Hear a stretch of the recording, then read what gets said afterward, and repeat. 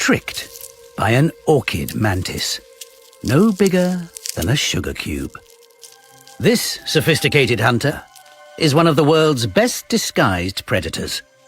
With legs and an abdomen that look like petals, she's bigger and more beautiful than the flowers she hides amongst.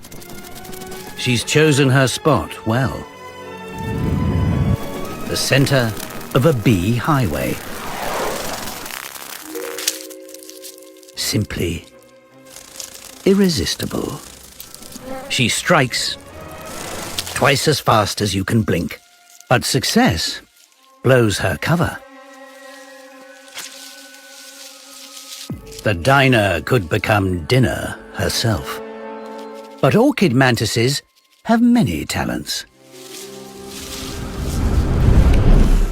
Those petal-like legs aren't just for show. When she spreads them, she can glide further than any wingless insect. Safe. But without any flowers, there are no bees here either. To eat, she'll have to make the food come to her.